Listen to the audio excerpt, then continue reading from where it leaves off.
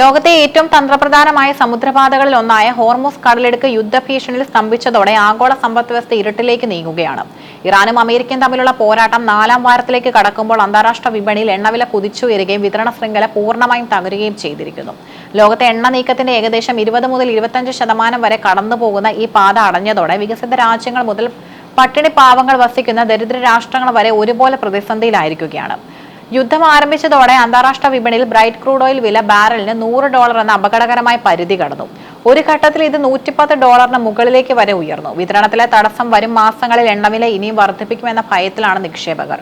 Hormuz കടലിടുക്ക് വഴി പ്രതിദിനം 21 ദശലക്ഷം ബാരൽ എണ്ണയാണ് കടന്നുപോകുന്നത്. ഈ വഴി തടസ്സപ്പെടുന്നത് Saudi Arabia, UAE, Kuwait, Iraq തുടങ്ങിയ രാജ്യങ്ങളിൽ നിന്നുള്ള എണ്ണ വിതരണത്തെ നേരിട്ട് ബാധിക്കുന്നു. അമേരിക്കൻ പ്രസിഡന്റ് ഡൊണാൾഡ് ട്രംപ് ഇറാനുമായി ചർച്ചകൾ നടക്കുന്നുണ്ടെന്ന് അവകാശപ്പെടുന്നതിനെ തുടർന്ന് വിലയിൽ നേരിയ കുറവുണ്ടായി. എന്നാൽ ഈ വാർത്ത ഇറാൻ നിഷേധിച്ചതോടെ വിപണി വീണ്ടും അസ്ഥിരമായി. വിപണിയിൽ കൃത്യമായ വിലക്കുറവ് വരുത്താൻ ട്രംപ് നടത്തുന്ന തന്ത്രം മാത്രമാണിതെന്ന് ഇറാൻ ആരോപിക്കുന്നു. ഇന്ധന ഇറക്കുമതി അമിതമായി ആശ്രയിക്കുന്ന ഏഷ്യൻ രാജ്യങ്ങളാണ് ഈ പ്രതിസന്ധിയിൽ ഏറ്റവും കൂടുതൽ ഉലയുന്നത്. സാമ്പത്തിക പ്രതിസന്ധിയിൽ നിന്നും കരകയറാൻ ശ്രമിക്കുന്ന ശ്രീലങ്കയ്ക്ക് ഈ യുദ്ധം വലിയ തിരിച്ചടിയാണ്.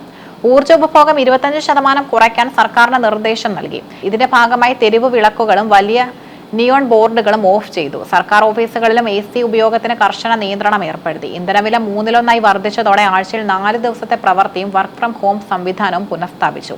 തങ്ങളുടെ ഊർജ്ജ ആവശ്യത്തിന്റെ 85% ഹോർമുസ് കടലിടുക്ക് വഴി എത്തുന്ന എണ്ണയെ ആശ്രയിക്കുന്ന പാകിസ്ഥാനും വലിയ ഭീഷണിയിലാണ്.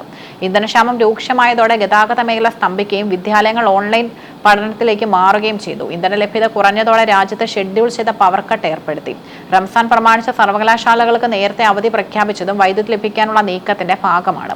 സർക്കാർ ഉദ്യോഗസ്ഥർ ലിഫ്റ്റിന് പകരം പടികൾ ഉപയോഗിക്കണമെന്ന വിചിത്രമായ നിർദ്ദേശം പോലും വരുന്നത് പ്രതിസന്ധിയുടെ ആഴം വ്യക്തമാക്കുന്നു. യൂറോപ്യൻ രാജ്യങ്ങളും ഒട്ടും സുരക്ഷിതമല്ല. റഷ്യ യുക്രൈൻ യുദ്ധത്തിന് ശേഷം യൂറോപ്പ് നേരിടുന്ന ഏറ്റവും വലിയ ഊർജ്ജ വെല്ലുവിളിയാണിത്. യൂറോപ്യൻ യൂണിയനിൽ ആദ്യമായി ഇന്ധന റേഷനിംഗ് ഏർപ്പെടുത്തിയ രാജ്യമായി സ്ലൊവേനിയ മാറി. സ്വകാര്യ വാഹനങ്ങൾക്ക് പ്രതിദിനം 50 ലിറ്റർ ഇന്ധനം മാത്രമേ നൽകുകയുള്ളൂ. കർഷകർക്കും കമ്പനികൾക്കും ഇത് 200 ലിറ്ററായി പരിമിതപ്പെടുത്തി. രാജ്യത്ത് ദേശീയ ഊർജ്ജ അടിയന്തരാവസ്ഥയും പ്രഖ്യാപിച്ചു.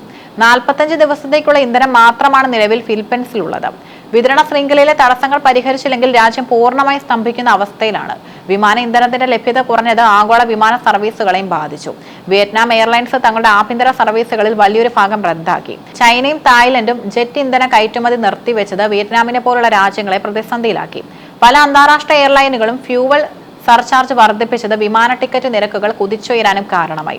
എണ്ണവില വർദ്ധിക്കുന്നത് കേവലം വാഹന ഉടമകളെ മാത്രമല്ല ബാധിക്കുന്നത്. ഗതാഗത ചെലവ് വർദ്ധിക്കുന്നതോടെ നിത്യോപയോഗ സാധനങ്ങളുടെയും ഭക്ഷണ സാധനങ്ങളുടെയും വില കുത്തനെ ഉയരും.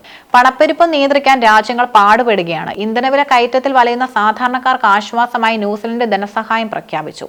കുറഞ്ഞ വരുമാനമുള്ള കുടുംബങ്ങൾക്ക് ആഴ്ചയിൽ $50 വീതം നൽകാനാണ് തീരുമാനം. 1.5 ലക്ഷത്തോളം കുടുംബങ്ങൾക്ക് ഇതിന്റെ ഗുണം ലഭിക്കും. ഹോർമുസ് കടലിടുക്കിന്മേൽ ഇറാന് വലിയ നിയന്ത്രണമുണ്ട്. യുദ്ധം രൂക്ഷമായ ഈ പാതയിൽ മൈനുകൾ നിക്ഷേപിക്കാനോ കപ്പലുകൾ ആക്രമിക്കാനോ ഇറാൻ മടിക്കില്ല.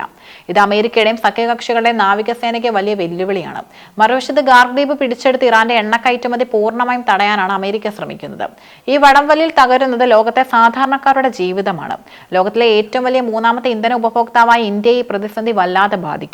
ഇന്ത്യയുടെ എണ്ണ ഇറക്കുമതിയുടെ വലിയൊരു ഭാഗവും മിഡിൽ ഈസ്റ്റിൽ നിന്നാണ്. ഹോർമുസ് കടലിടുക്ക് വഴി വരുന്ന കപ്പലുകൾ തടസ്സപ്പെടുന്നത് ഇന്ത്യയിലെ പെട്രോൾ ഡീസൽ വിലയിൽ വൻ വർധനവുണ്ടാക്കാനും കാരണമാകും. നിലവിൽ സർക്കാർ കരുതലോടെയാണ് നീങ്ങുന്നത്. ഇന്ധന ഉപഭോഗം കുറയ്ക്കാൻ ഇന്ത്യയിലും കർശന നിർദ്ദേശങ്ങൾ വരാനിരിക്കുന്നതേയുള്ളൂ.